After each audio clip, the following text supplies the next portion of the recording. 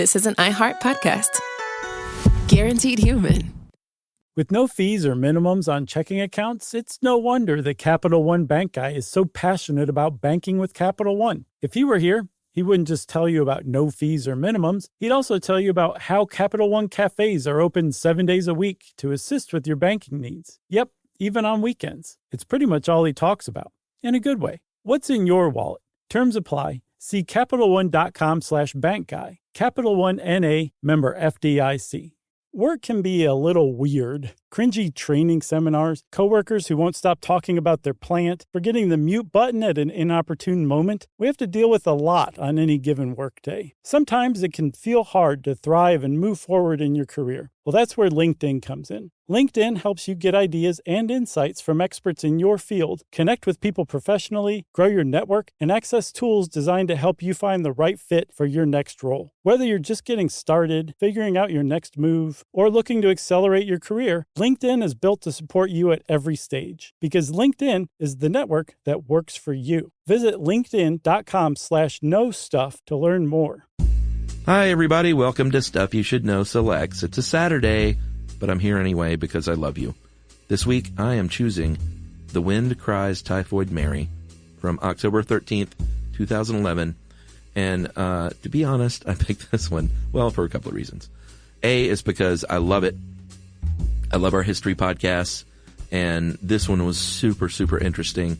And the other reason is, to be honest, I really just love this title, The Wind Cries, Typhoid, Mary. I titled this one myself, and I just wanted to see it in our feed again because I like looking at it. So here we go. The Wind Cries, Typhoid, Mary.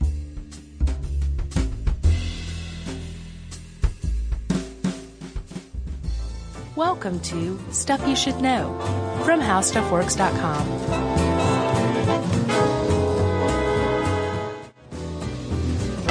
Hey, and welcome to the podcast. I'm Josh Clark. There's Charles W. Grinny Boy Chuck Bryant.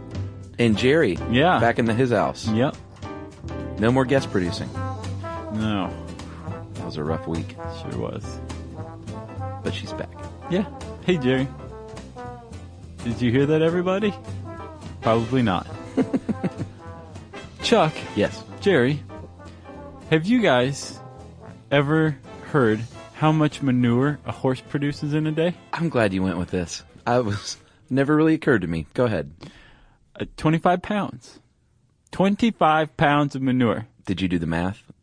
Because I did. Well, you come with that in a second, okay? So, just go back with me a little bit, Chuck, to the time when Daniel Day-Lewis was walking around New York with a meat cleaver, overacting a little bit, in my opinion. It's the late 19th century. And the horse is the preferred mode of transportation for everything. Sure. From the most humble delivery cart to the greatest ambulance to, people who like to ride horses, Three Musketeers, that kind of thing. Everybody had a horse. To the limo to the airport. Wherever. So there were about 200,000 horses in New York City in use in 1895, right? Yeah. Multiply that times 25 pounds of poop a day. And what do you get, Chuck? Well, I did 225,000 because I thought that was the number. Okay, so that's fine. We'll go with that. More than 6.2 million pounds of horse poop per day deposited on the streets of New York. Okay. Now, let's say that's 1894. Okay. Okay. There's that many horses. There's 6.2 million pounds of horse poop every day. That's a lot of poop. It's a lot of poop, but not only that, there was no one cleaning it up. Not enough people cleaning it up, let's say that for sure. It was just left there, basically, in a lot of cases, to basically be ground into the cobblestone. And, it makes you think, I'll bet there's a substantial layer of horse manure under the streets of New York that make up, that initial stratum of earth. They call that the pooposphere.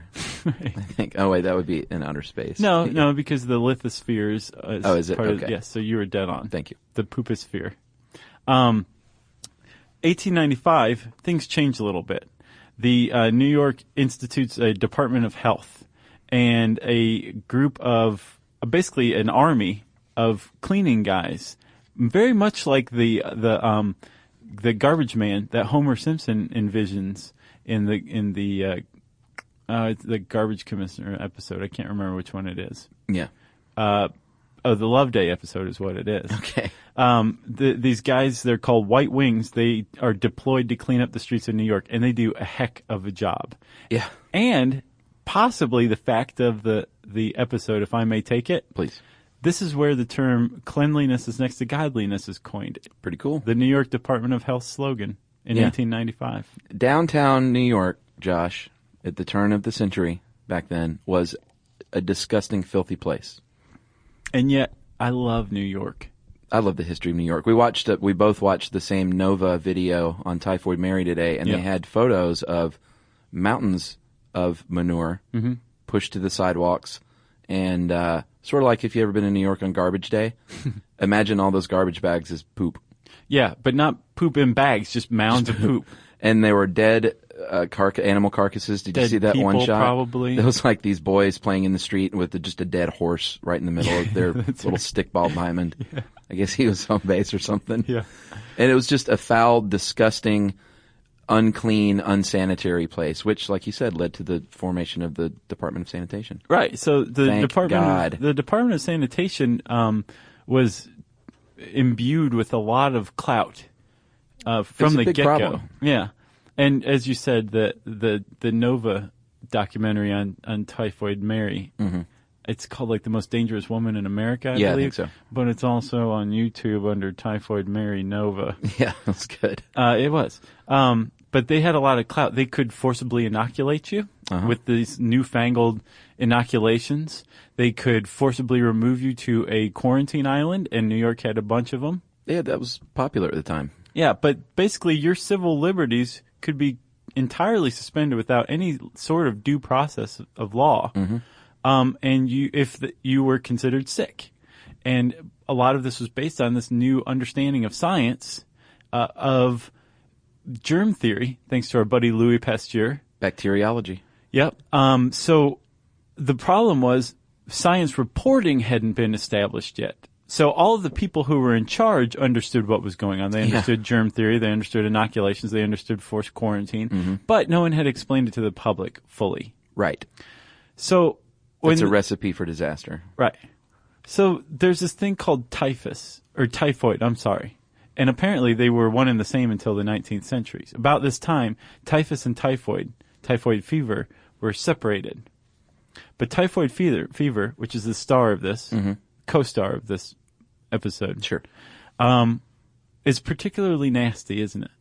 It is, Josh. We're talking not just ordinary diarrhea, but doubled over, cramping, painful diarrhea. I think you'd call that violent diarrhea. Violent diarrhea. High fever, red rashes, sleeplessness, death if you don't treat it.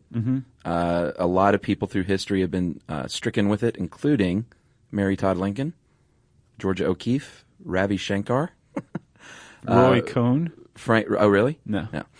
Frank McCourt, author, and Wilbur Wright, actually, of the Wright brothers fame, died from typhoid fever. No way. Yeah. Wow. Pretty sad. And that's a scant sampling from a long, long list of famous people that have. Well, those are the people who count who had typhoid fever. Yeah, I think Lincoln's son actually died from it as well, but I don't think Mary Todd Lincoln died from it.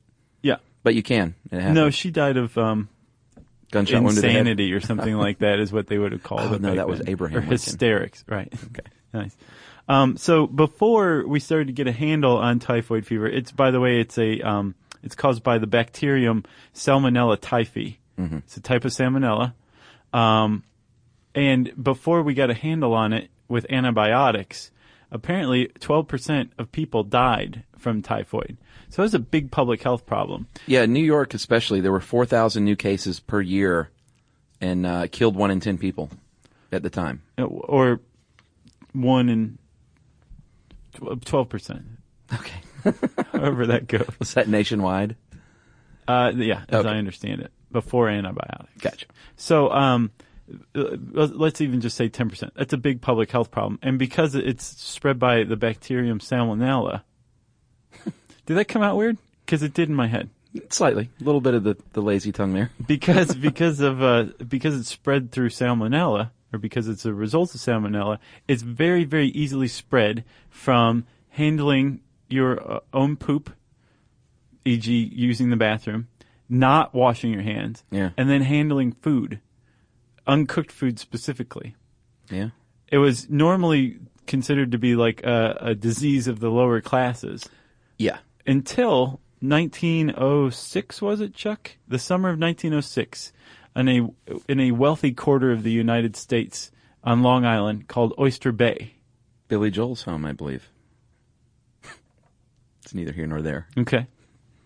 Still, that's one extra fact you just gave everybody. That's true. When it happened in Oyster Bay, it was a much bigger deal because it was more closely associated with, let's say, the Lower East Side, tenement housing, the filth of Lower Manhattan at the time. They've cleaned all that up now. I mean, it is expensive. What you get, though, when you're in Oyster Bay is you get wealthy families who can spend a little money, and that's what you had in the case of the Thompson family. They were afraid that they would not be able to rent out the house that they were living in because people were getting sick in that house over and over and over, and they couldn't figure it out. They decided to hire an investigator who turned out to be a very prominent figure in this case named Dr. George Soper, a sanitation engineer and epidemiologist. One of the first epidemiologists. Really looking to make his career. Well, he already out. He had a reputation of being able to track any illness back to its source. So this family, the Thompson family, is that the one who owned the house or the one who got sick? They owned the house, and I believe some family members had also gotten sick. Okay, but there was a family that rented it originally, and that's where the typhoid outbreak first happened. Oh, so maybe they were just the homeowners. The Thompson family hired Soper, I believe. Yeah. And said, hey, we can't rent this house anymore because people are dying from typhoid. Well, that was their concern. Right, yeah. So Soper gets on the case, finds the family where the typhoid outbreak occurred, and starts interviewing the heck out of them. And he's stumped. He can't figure it out. Like, where did this thing come from? These are clearly patient zeros. Right here, like nobody else on Oyster Bay had it before them. Right. They didn't bring it with them from the city. There's somebody missing. There's something missing. And he finally says, have I talked to everybody who was in this house in the summer of 1906? And they said, you should talk to Typhoid Mary. I don't know. I didn't think of that. And he goes, what? No, what he did was he interviewed kitchen staff, and it turns out that there was a former employee that was no longer there, Mary Mallon. Yeah. And he said, wait a minute, maybe I should check this lady out. Turns out she loved to serve this ice cream and fresh peaches, which is uncooked. Right. And that was she was noted for that dessert. Right. But even more incriminating than the dessert is the idea that when he looked into her history, she'd worked for 8 families in 10 years, and 6 of those families had typhoid outbreaks. Yeah.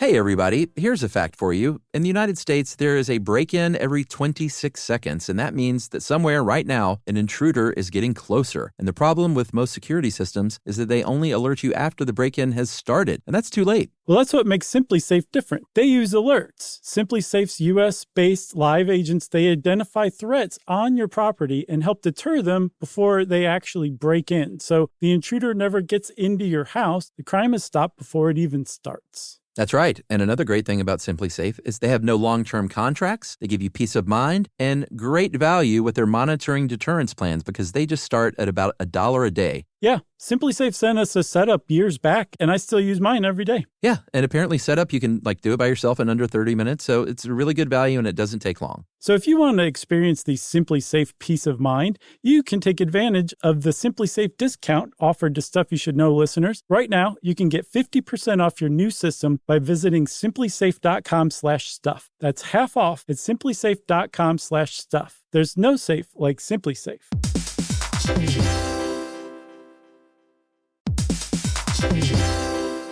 It's hard to believe that the first phone call ever happened over 150 years ago. Just think about that, Chuck. Yeah, it was a long time ago. And I'm Gen X, so I grew up talking on the phone with my friends in high school and stuff, and it was a really fond memory. And over all these years and all these phone calls, AT&T has been there, connecting people in meaningful ways. And this is more than a story of technological innovation. It's a story of human connection. That's right. Over that 150 years, there's been a lot of connection with people, whether it was me in high school or family connecting with one another long distance or those long distance relationships. And AT&T has been there for it all. Connecting changes everything. AT&T.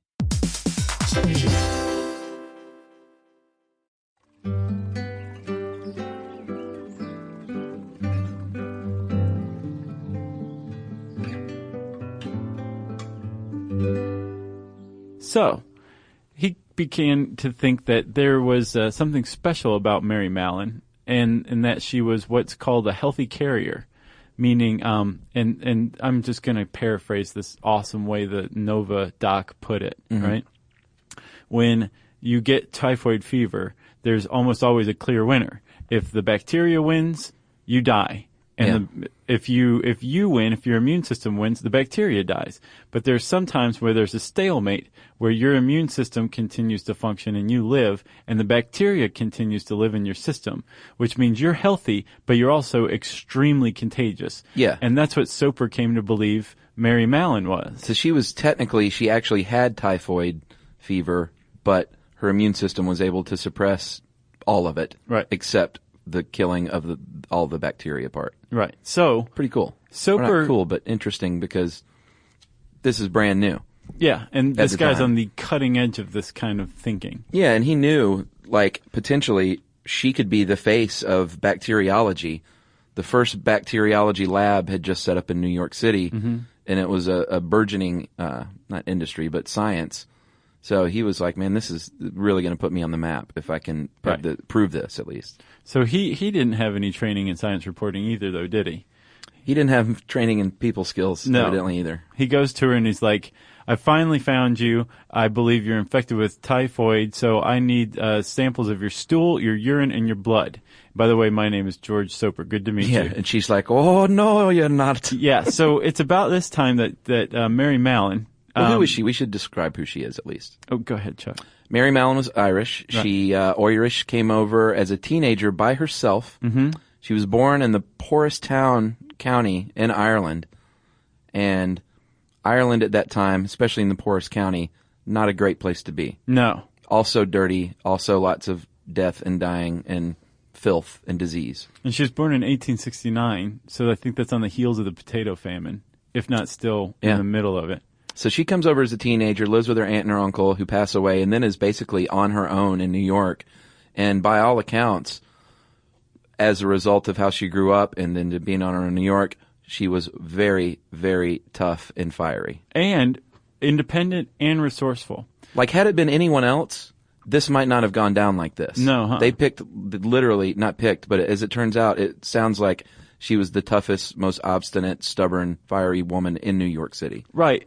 But she was also good at what she did. She worked her way up in the domestic servant classes to the pinnacle of it. A cook in that era in the domestic in domestic service. And sort of manager of the kitchen staff. Well, not just that, almost the whole house, basically. All of the servants, the cook was pretty much at the top, maybe tied with the butler depending on the house. But she was a cook for all these families, and not just, families that could afford a cook, but like very wealthy families. So she was doing really well for herself. She was good at her job, but she took no guff from any man. And when Soper came and told her that he wanted her feces, she chased him off with a carving fork, supposedly. That's how Soper reported it. Yeah. And, we'll get into her specifics later, and she got a real bad rap, but at the time, there was, like you said, there was no understanding on the public's behalf of this. This whole healthy carrier is not even proven yet. So, what is she supposed to do? Just say, sure, I'll go with you, stranger. Right. Take my poop. Right. And put me in a quarantine. Yeah. So she fought it like she probably had every right to. Right. Most initially. people, though, wouldn't normally, brandish a fork, a carving fork on somebody. But again, it's lost to history whether she really did do that or not. It's a good story. So Soper takes off, and he's not one to let his career just kind of slip through his fingers. And he goes to the New York Commissioner of Health. Herman Biggs. So Biggs was the first one, and he was the one who was like, oh, by the way, we can come into your house and forcibly inoculate you and your children if we want, and we will do that too if we think that it's in the interest of the public health. So Biggs was very sympathetic to Soper's description of the story of this crazy Irish woman who was just patient zero in more than one outbreak, and basically needed to be dealt with. Yeah. So he ordered one of his caseworkers, a few cops, and an ambulance out to where Mary lived, a tenement. Yeah, Josephine Baker was the inspector, and not the dancer. No, but she apparently was a pretty tough lady as well. Oh yeah, she started her own rainbow family. Oh really? Yeah. Oh, and we should also point out one of the reasons that Malin was so upset initially was that she got the feeling they were essentially calling her dirty and unsanitary. Right. Yeah. Because he explained to her like, oh, you go poop and then you get poop on your hands and you handle peaches that you feed people. And so she was she was upset that they felt like they were picking on her cleanliness. Right. Which, of course, she's going to be just offended. a dirty Irish immigrant or something. Yeah, exactly. Like they were, dirty drunks and causing problems, and that was just the stereotype at the time. And she wasn't like that, she said. Right. So Soper goes to Biggs. Biggs orders some people out. They use their power and grab Mary. Well, she hides out in the house for a while, though. Okay. Like, it took 3 hours to find her. Well, when they finally did, Yeah. apparently it took either 3 or 4 cops to drag her to the ambulance. And then the female caseworker sat on her for the whole ride to this hospital, this quarantine hospital, Yeah. where she was kept for a while. And like you said, it just happened to work out that the person who was Typhoid Mary was this very stubborn, obstinate, self-assertive woman from Ireland. And she came about at a time where there was a big question about public health. Like, where do an individual's civil rights and the greater public good begin? That's still going on. It still is, but she forced this conversation into the national spotlight starting Absolutely. about now. Yeah. So they keep her, they test her. They're like, you need to poop into this bag right now. Yeah. And she did. And they tested it and they said, well, this thing's lousy with typhoid. They Right. called her stool a factory for typhoid. Yeah. And what they did was they said, here's the deal. Give up cooking, because that's how you're transmitting this, and we'll let you go. And So did they say that immediately? I caught that I from think the so. article, but not necessarily from the documentary. I think they initially offered her that deal that she refused, which was one reason why she was, lambasted in the public later on in newspapers. But again, at the time, she had managed to climb up out of the, poor conditions that she was living in Ireland and get a really good job, and one that she was good at. And she didn't want to have to learn something new and start over again. So at the time, like later on, I can dole out some of the blame on her, but early on, she still feels well. Right. It's like, I'm not sick. This doesn't make any sense. What is this healthy carrier thing? Yes. Yeah, she was not buying it at all. No. And she basically came to believe that the public health department had a vendetta against her personally and felt quite persecuted. So when she said no, she wasn't going to stop cooking, they said, okay, well, we're going to take you to a nice little island called North Brother Island. It's not a nice island. In 1907, they took her there and quarantined her there. North Brother Island is it was a tuberculosis hospital quarantine hospital, I should say. And she didn't have tuberculosis. And she wasn't even sick. She didn't have any symptoms. And yet she was being kept here against her will on North Brother Island, which you sent a killer urban exploration photo spread that I want everybody to go check out. It's creepy. It's on Gothamist.com, and that's GOTHAMIST, and it's titled A Trip to the Abandoned North Brother Island. It is so cool. Yeah, located there was Riverside Hospital, and initially there was nothing there. And they said, hey, the idea of island quarantines was pretty popular at the time. So we should build a hospital there so we can treat these people. But North Brother Island sort of gained a reputation over the years because, one, it was much more than tuberculosis. It was like, later on, it was like heroin junkies were treated there, syphilis, like any kind of nasty disease or addiction, they would dump you on at Riverside Hospital. It was an asylum. It basically was. It was sort of like, what's the DiCaprio? Shutter Island? Shutter Island. Yeah. But they had a hard time staffing it with real doctors for a while because doctors understandably didn't want to work there. So they had nurses only for a time. Eventually, there was a public campaign to clean it up and to build better buildings and change its rep, which sort of worked, sort of didn't. But in New York City at the time, especially on the Lower East Side and where poor people lived, it had a very bad reputation as you don't want to go there because you go there and you don't come back. Right. People were afraid of it. Right. So that's where they send this Mary Mallon off to. So, and when she gets there, she starts trying to get out. She hired a not escaping, of right? course. No, using legal channels. Yeah. She hired a lab, a private lab, and started sending them samples of her stool. And they were testing it, and they were not getting the same results. Her boyfriend would sneak her poop to the lab. And they weren't getting the same results that the public health department said that they were getting, as far as her being a factory for typhoid. Right, which could have been a false negative, right?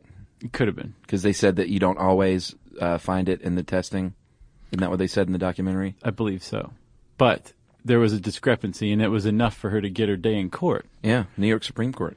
So she makes her way. She's allowed to leave the island to go for her court date, and basically the public health department was like, "Look, she's a healthy carrier, and she's a public health threat." Yeah. And Mary's like, "These people are holding me against my will," and the New York Supreme Court said, "You're a public health threat. Go back to North Brother Island."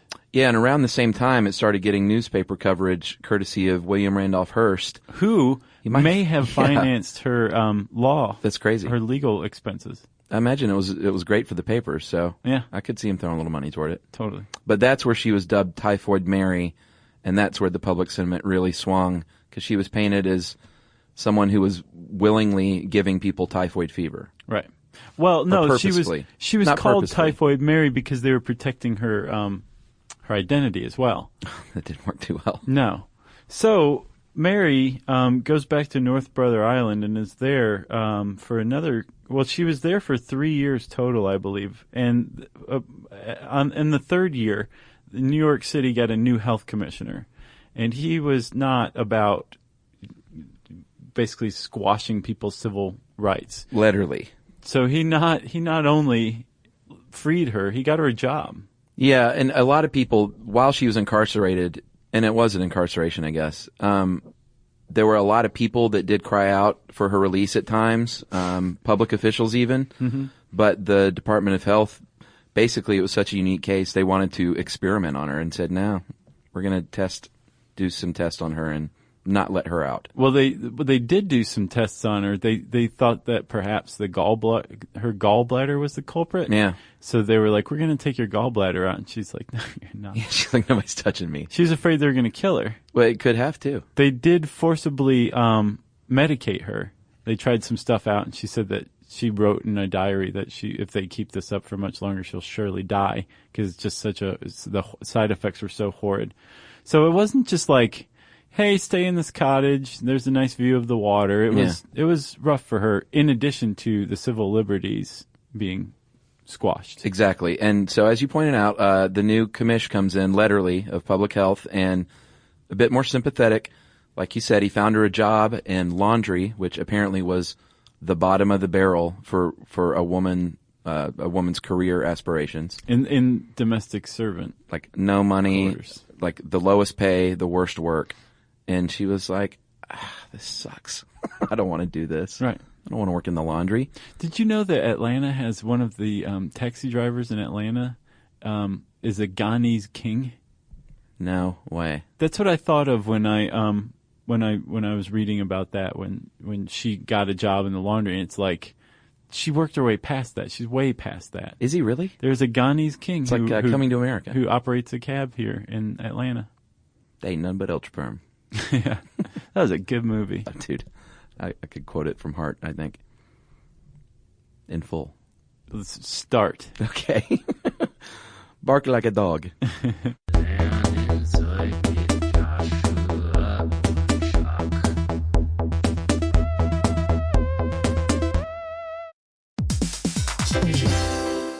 Hey everybody, here's a fact for you. In the United States, there is a break-in every 26 seconds, and that means that somewhere right now, an intruder is getting closer. And the problem with most security systems is that they only alert you after the break-in has started, and that's too late. Well, that's what makes SimpliSafe different. They use alerts. SimpliSafe's U.S.-based live agents, they identify threats on your property and help deter them before they actually break in. So the intruder never gets into your house. The crime is stopped before it even starts. That's right. And another great thing about SimpliSafe is they have no long-term contracts. They give you peace of mind and great value with their monitoring deterrence plans because they just start at about $1 a day. Yeah, SimpliSafe sent us a setup years back, and I still use mine every day. Yeah, and apparently setup, you can do it by yourself in under 30 minutes, so it's a really good value and it doesn't take long. So if you want to experience the SimpliSafe peace of mind, you can take advantage of the SimpliSafe discount offered to Stuff You Should Know listeners. Right now, you can get 50% off your new system by visiting simplisafe.com/stuff. That's half off at simplisafe.com/stuff. There's no safe like SimpliSafe.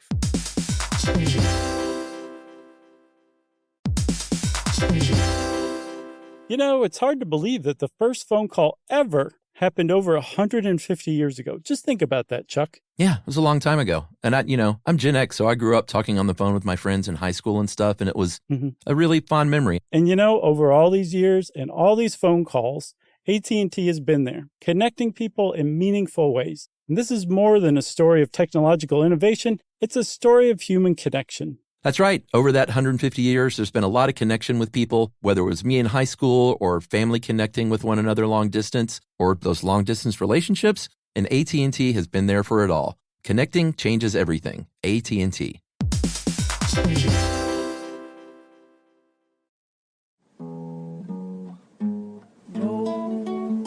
you should know. Stuff you should know. All right, so back to Mary. Where are we here? She's just been released, or he offered her the job, right?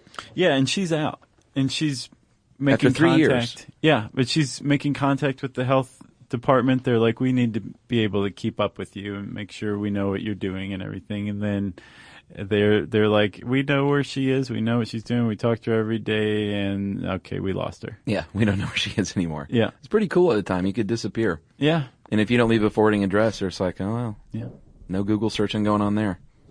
You could disappear into the folds of Daniel Day-Lewis's overacting. So a few years after this, Josh, after they had lost her, Dr. Soper's brought in again to investigate another typhoid outbreak at the upscale hospital, Sloan Hospital. And I think it was a baby birthing hospital at the time. Yeah. Maternity hospital. Yep. And what they discovered was Mary was cooking in the kitchen at the hospital. Yeah, under an assumed name. 25 doctors and nurses were sick, and I believe 2 of them died. And they said, you're in big trouble this time. Yeah, but not only did they discover it, was Soper himself was called into the case. This is like Les Miserables. And exactly, it is very much like that. And he comes to the hospital, and he recognizes Mary by sight as one of the cooking staff, and is like, "You were kidding me." She's whipping up her ice cream and peaches. And just stops mid-stroke, like, she's got poop on her hands. This is awkward. So, this time she goes willingly. She knows that it's over. It's done. She still doesn't believe that she is a carrier or the problem, but she knows that they think she is, and that she's broken some sort of horrendous law somehow. It was kind of sad at that point from the way it was described in the documentary. She was just sort of like, all the fight of this fiery woman was gone. And she's just like, I just can't fight this anymore. Take me. And part of it also, I imagine, was public opinion turned against her. Like you said, the first time she was incarcerated at North Brother Island, there was a lot of public outcry. This time, there's a lot of public outcry, but it was against her because she had willfully and knowingly gone back into cooking, and had gotten more people sick. Yeah. I think 50-something cases were attributed to her and 3 deaths. Yeah, I think 49 to 52 is what I read. And you know, we got to say, like, I'm defending her in a lot of ways, but they gave her a few pretty good deals along the way that she did not take, which was A, to give up cooking, B, I think at one point they said, why don't you just move to Connecticut with your sister? And she was like, I don't have a sister. And they're like, sure you do, Jane. Yeah. She's like, wait, are you having a stroke? Exactly.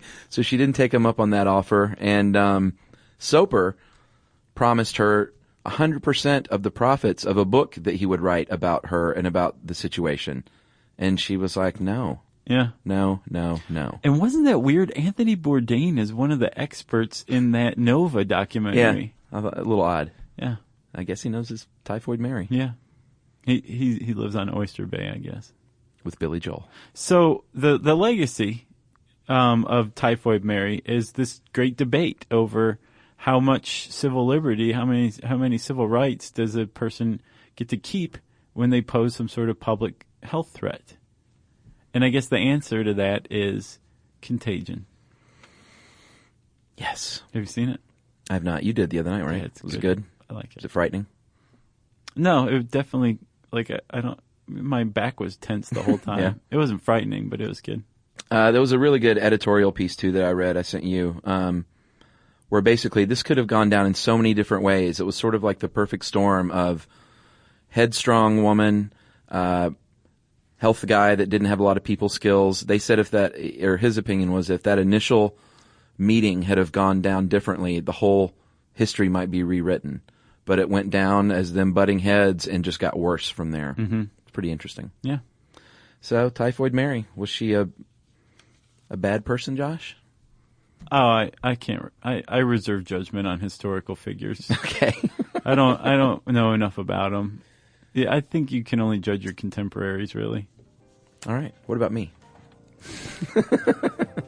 I reserve judgment on podcasters. Yeah. Okay. So, if you want to know more about Typhoid Mary, you can watch Nova's excellent documentary, The Most Dangerous Woman in America. If you want to know the origin of the word quarantine, you should go back and listen to our Black Death episode. But if you haven't heard it before and you've read 1491, don't bother emailing in. I know already. I know. I'm sorry. You can also look up the How Stuff Works article, Who Was Typhoid Mary? Typhoid space Mary ?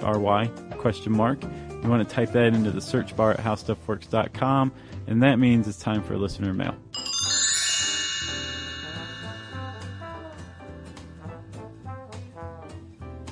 They should do a good movie about that. I can't believe they haven't. Yeah. This is like great. At the very least, there has to be a book on Soper.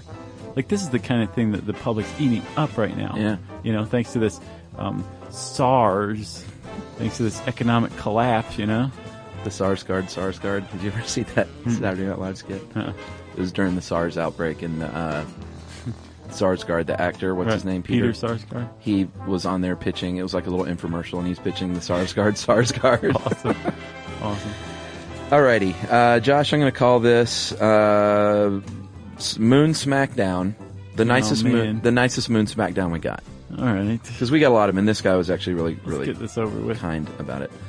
Guys, love the podcast. I listen as I ride my bike to and from work past the Golden Gate Bridge in San Francisco. On my way to the moon. Learning interesting facts makes my day a little better. However, I had to send a note about a couple of mistakes in the Moon podcast. You got the current theories about the formation of the moon and how it affects Earth's precession right, as far as I know. And those are really the hardest things to understand. Thank so well you. done. Yeah. But you did perpetuate a few myths. Number 1, the moon doesn't rotate and is dragged along by the Earth. Well, sort of. The moon is held in place by the Earth's gravity, but it does rotate. The reason it doesn't appear to rotate, which is what we were trying to say, is because its period of rotation is exactly the same as its period of revolution around the Earth. About 29 days. It's tidally locked, which brings me to point number 2. The moon has a, quote, dark side that is never illuminated. Not true. I don't remember saying that. Did we say that? We must have, because everyone said that we did. Maybe we didn't say this. Okay. Which led people to believe that we don't know it. All right. The moon has one face we never see from Earth, but is not permanently in darkness. That's known as the far side of the moon. So it's Gary Larson, not Darth Vader. Huh. Nice. Wow. And number 3, we have tides because the moon, quote, pulls up on the water on the Earth and pulls up on the Earth underneath as well. Definitely not true. While the moon's gravity does pull up the Earth and its water, the effect is minuscule compared to the Earth's own gravity. It's the horizontal differential in the moon's gravity across the Earth that causes the water to slide towards and away the direction of the moon. So the water slides sideways, not up. Wow. That's pretty cool. And that is from Chris B., and he was very cool about it. And he says, P.S., I'm a little worried about going back and listening to the Sun podcast because the sun is way more complicated than the moon. Yeah. And Chris, don't do it. Don't do it. Just skip it, brother. Yeah. Go listen to Cannonball Run. Yeah, that's a good one. No mistakes. That is a great, great one. Or Twinkies, that was pretty good too. Yeah, Muppets. Yeah, anything but the sun. Anything but that one. I guess if you have a correction, we want to hear it. We've been reading them again now lately. I think that's good, Chuck. I forgot all about them. I forgot about being wrong. Well, we were right for a good stretch. Well, we weren't doing ones like on the moon or whatever. Yeah, these tough ones are hard.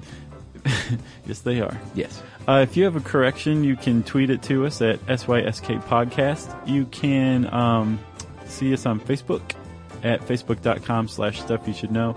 And you can send us a plain old-fashioned email at stuffpodcast@howstuffworks.com.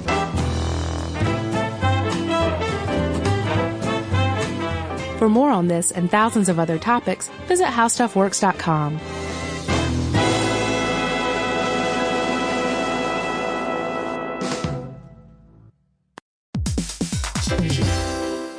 Every parent should know the car ride soundtrack. Are we there yet? How much longer? I'm bored. Well, if you're taking an extensive car ride anywhere and you've downloaded the Lingo Kids app prior to leaving the house, you may experience something strange, right, Chuck? That's right. You may experience silence from the back seat. Your kid may go an entire car ride without asking once if they were there yet. How about that? And by chance of miracle, they may even ask if you could drive longer. Yeah, that's the magic in Lingo Kids. Over 4,000 interactive games, songs, and shows, including their favorite Disney characters. It turns the longest drives into the easiest ones, and honestly, you won't understand why you didn't download it sooner. That's right. Lingo Kids is the #1 entertainment platform for young kids, and it's free to download. Or go plus with the Lingo Kids subscription and unlock even more content your kids won't be able to get enough of. You can save up to 60% on the yearly plan. Just search Lingo Kids in the App Store or Google Play. Lingo Kids, everything kids love. You know, you could be adored by everyone and still completely ignored by your cat. Trust me, I know. But if you feed your cat Sheba, you can go from being ignored to truly adored in 12 days guaranteed or your money back. Sheba has a full menu of products, appetizers, entrees, treats, even a kitten's menu. It's so cute, so Sheba has a product for even the pickiest eater. Like Sheba Puree, it's made with bone broth, their chef-inspired flavors. It's got a smooth and creamy texture that cats love and contains no corn, wheat, soy, or artificial flavors. It's food that your cat's gonna love. To learn more, check out Sheba.com. That's SHEBA.com. This is an iHeart podcast. Guaranteed human.